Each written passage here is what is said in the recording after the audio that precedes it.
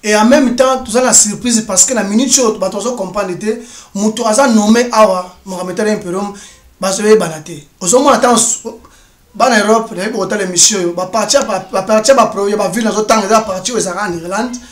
Si vous avez une map, vous pouvez www.irlande, au moins, va partir en haut. Tu veux na kati ba partir ba province, il y a Irlande Awa. Bah, tu vas comprendre que, même en Irlande, on a du blanc, tu vas comprendre que Moutou a chargé mon bon aux anani.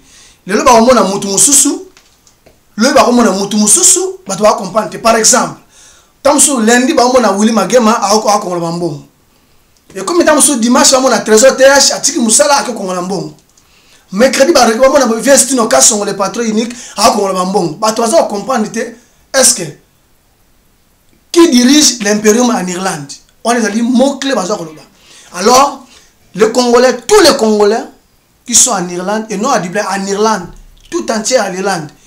Que ce soit à un carnet, que ce soit à un bic, que ce soit à Détroit, sans que aille à émission, sans que balle à émission, donc et bien confirmé partout en Europe, France, Belgique, Allemagne, Suisse, Hollande, Londres, partout au Sala. C'est ça, il faut fonctionner en Irlande. Un peu de désordre, des actes, la Katia, mouvement. Quand on dit mouvement, surtout si c'est ma casse, il y a IDPS. Attention les Congolais, on va se charge tu éviter jusqu'à maintenant. On va passer la claire que oui, ce n'est pas l'impérium, ça ne concerne pas l'IDPS, l'impérium, ça concerne les Congolais. Ça, l'impérium, pour libérer pas l'IDPS, on va libérer seulement le peuple congolais, ou même avec le peuple congolais en même temps le Congo.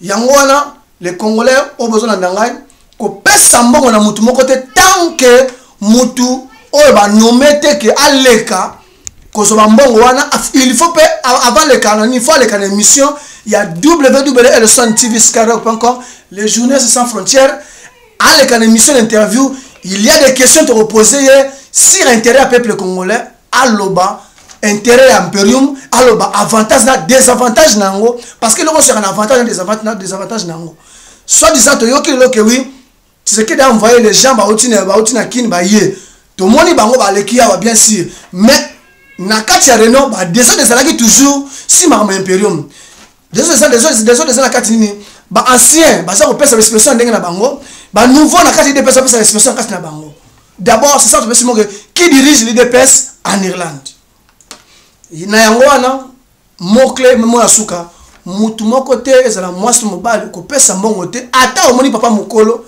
ata omoni jeune ata omoni master na yo azana carnet na bik ko pesa mbongo ya période te sans que aller kan émission ya Elson TV pour que to dénoncer peut expliquer clair to mise bilongo bango devant le monde batala que oui voici ou bien voilà les responsables au basa charger si maman impérium en Irlande.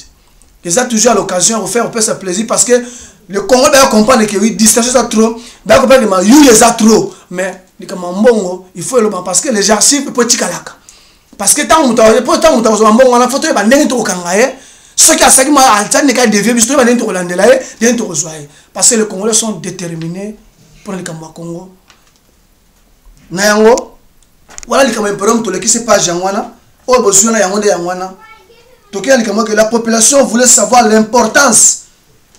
Importance, il y a pas importance, il y a démarrer importance, c'est les Congolais à aussi mon impérium. Parce que vous comprenez, nous avons un impérium et hier, tu vas expliquer. Papa, le docteur Loseka qui a expliqué si mon impérium, mais c'est comme c'est si quitté. Donc, tu vas qui na réunion, zongi, mais comprendre parce qu'on dirait que c'est une confusion dans Kachuana. Affaire expliquer, on va comprendre, mais babi que na réunion sur aucune réunion, il faut que tu comprendre. Pour que motiver tout le monde à être d'accord et à participer à la cotisation. Oh, le président, notre président Élite Tshisekedi, oh yo, le lot yebi a mis comme impérium. Mais ils ont fait sa confusion. Na mutaki liboso, na mutaki mbale et puis c'est confusion. Tout ça qu'on formé na ba parce que occasion ya na réunion ana, et c'est la numérique. Cork, Waterford, Westford, Galway, Cork. Portlish, Newbridge, Casteba, partout on a prospection tangité, Longford, Basilago, Congolais, Landé, yakina réunion. pour confirmer que l'émission est toujours votre journaliste humble toujours a expliqué que oui un peu de distraction un peu de désordre de kota qui na makambo wana jusqu'à des docteurs wana lo se kayaki mais moi incompréhension kota qui parmi les anciens il y a IDPS et parmi les nouveaux il y a IDPS la décision est sur que oui va organiser quelques têtes ou va passer un groupe à réflexion bangone va choisir ou va charger mambongo et impérium en Irlande. Donc beaucoup c'est là jusqu'à ce que Ellison a les Canada TV avec des gens où va bango po ba détruire va bona bango po ba ko bango papa maman so on a verre na yo déjà bomba ngo zela jusqu'à ce que Ellison a robimisa bato wana poisa ke bilongo bango bango yo oyo ba yene longi oyo ba mwasi na ye oyo ba bana ye oyo ba ndaku na ye place avandaka toujours na intérêt à Congo pour après on a fait ça mbongo on a fait ça récit au bon ba récit on a vu que récit on a fait ça kingani récit on a fait ça chilo faire chilos les producteurs maison chida oh il y a fait ça on a fait ça qui est parce que na bi que na fait parce que ça va aider les Congolais on a qui version si mambo ya imperium to continue les cambo ya MLC toujours ba parti politique MLC en Irlande en Irlande tous comprendre si ils ont fonctionné tous fonctionné. Qui dirige MLC ici en Irlande? Qui dirige MLC ici en Irlande? Incompréhension, ils ont côté dans MLC. Tous ces bâtiments n'ont dirigé MLC. Notre frère, notre vice-président, Jean-Pierre Bemba, à la prison, qu'on a là. Incompréhension et pas distraction et compréhension côté à tourner la membre MLC. Basa qu'on néglige MLC pour président, pour vice-président. Nani mwana mboka Bemba ça la prison ou comment pepa ninga yeba il faut sengi que oui responsable oh que le Bemba yebi que oui azana kacha Irlanda wa na kacha MSC aya kutana Ellison a passé une émission poto yeba parce que il y a des questions te reposer wala yaki makambo yaki flash pour na IDP pour na MLC ba activité na bango ba réunion na bango les karaté ba ça à cotisation te parce que c'est un parti politique, ou ça s'appelle le parti qui est un peu connu. Mais un peu de négligence pour les lots, Bemba c'est la prison. Prison pour la banane, pour les Congolais. Donc, qui est le Boudia Congo? Qui dirige Boudia Congo ici en Irlande? Qui dirige Boudia Congo en Irlande? Donc, Boudia Congo. Mais Barrenier Salema, Wapi. Comment Boudia Congo fonctionne ici en Irlande? Il y a un truc que oui, les vérités cachées sur les représentants des partis politiques congolais ici en Irlande. Ouais, ça flash à ma casse. Tolingito Basuboloba. Token dans la 4e position, qui dirige la Pareco ici en Irlande?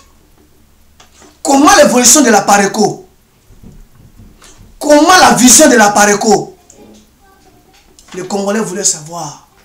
Congolais Mbayeba, vision ya Pareco Zanini. Ezali mot-clé.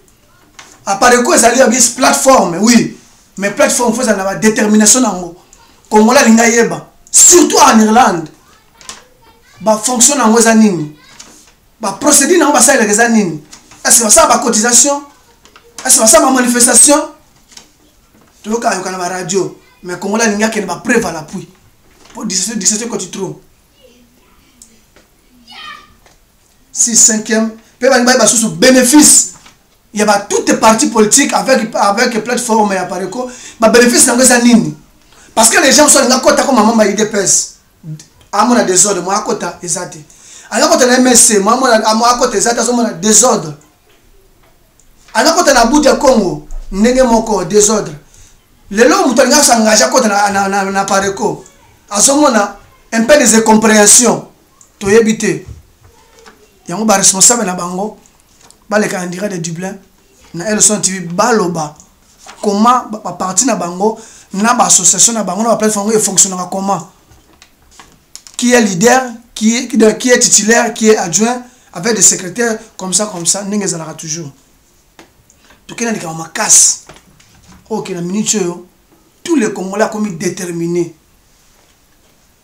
Tu as dit que oui, tu as touché, tu as salé. Maintenant, tu as dit que c'est la vérité. Tu as dit que ça la passe. Bon, on a deuxième épisode. Bon, c'est là.